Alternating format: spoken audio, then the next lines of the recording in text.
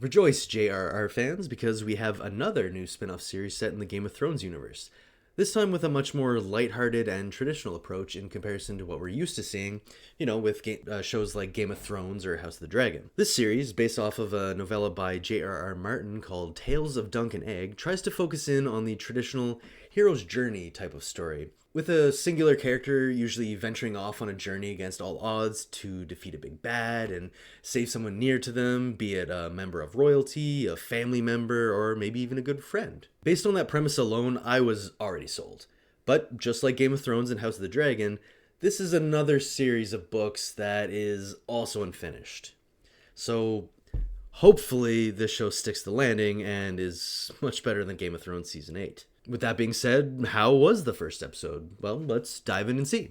So episode 1, titled The Hedge Knight, begins with our main character Dunk, bearing Sir Alan of Pennytree, a hedge knight that Duke had squired ever since he was taken in as a young orphan. While saying his final words to Arlen, he mentions how "you never beat me unless I deserved it," and we immediately cut to a montage of Dunk getting, slapped around and hit by Arlen, giving us a pretty good indication of what type of humor we'll be expecting from the series.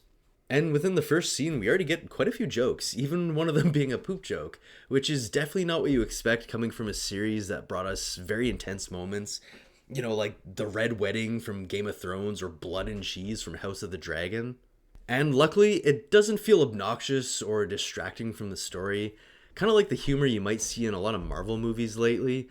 So at least so far, it's good, but we'll see what happens in future episodes. Dunk ponders with the horses named Thunder, Chestnut, and Sweetfoot about what to do next now that Sir Arlen is gone, but he's pretty unsure, so he decides to sleep on it. The next day, Dunk, while taking his morning poop, stares up at a singing robin and gets the eureka moment he's been waiting for.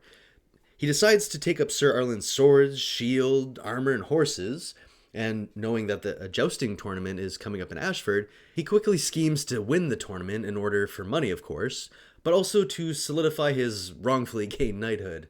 So he basically just takes on the role of Hedge Knight. I haven't read the books yet, but from what I understand, it was left ambiguous if Dunk was telling the truth about how he got his knighthood, but in the show it flatly answers it, nope, he lied. On his way to Ashford, Dunk comes across from what he thinks a young, bald stable boy. The young boy talks very eloquently and experienced when he mentions about mending the horses. Given his response, we can kind of infer that he comes from a well-educated background, possibly royalty?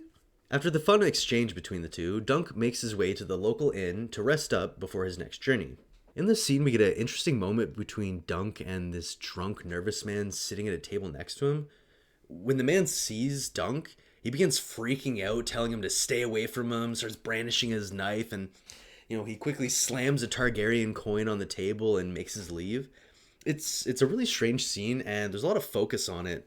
So I have a feeling this will come back at some point in a future episode, and I'm really curious to see what happens with that. Leaving the inn, Dunk finds Egg dressed in his armor and riding one of the horses, kind of showing his childhood innocence, but also showing that he clearly is trained in horse riding.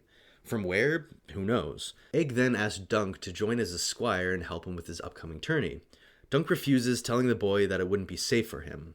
So Dunk rides off for Ashford, giving us some absolutely beautiful shots of the countryside. And I believe it was filmed in Ireland. And my God, I want to visit this place because it's just absolutely gorgeous. Once he arrives, he meets the local game master and enters his name in the tourney, coming up with this story about how the only person to witness his knighthood was a singing robin, the one we saw from earlier. Afterwards, he meets two men sparring, with one of them getting slapped around and being absolutely no match for his opponent at all. The man who is victor is named Sir Stephen Fossway, and noticing Dunk watching them spar, challenges Dunk to a duel as well, which Dunk denies and coyly makes his leave. I kind of like this moment because it shows that Dunk not only has confidence in his skill, but he doesn't want to make a big scene about anything. That's kind of the impression I got anyways. I'm not sure if that's true, but it felt like he's very humble in his skills. So after making his leave, he decides to have a quick wash in the river, and Dunk then runs into the man who was just defeated, who turns out to be the cousin of Sir Stephen Fossway. He invites Dunk into a festival for supper and music. There he meets Sir Lionel Baratheon, who calls him over after not recognizing him. Sir Lionel at first is pretty intimidating, asking Dunk, "Do you get punched often? Because tall men are often punched more. And why are you here?" Showing that he's very insulted and annoyed at Dunk's presence. But after Dunk plainly and hilariously replying, supper, as to why he's there, Lionel quickly changes tune and invites Dunk to come back and eat and drink with him. They begin to dance in a crowd and even engage in some sort of like stomp dance battle where Dunk quickly outplays him, making Sir Lionel love him even more. This is a great scene, very, very fun. It's filled with music and even a little play with a dragon. There's just a lot of energy overall in the scene, and it was a blast to watch. And the character of Sir Lionel is very fun, and I can't wait to see more of him. After the party, Dunk makes his way back to camp, seeing Egg once again cooking up some fish. They have more playful banter, with Egg making a really funny joke about knowing only the good nights. And after a charming conversation, they introduce themselves to each other, and Dunk makes an offer to Egg to be his squire for the tourney.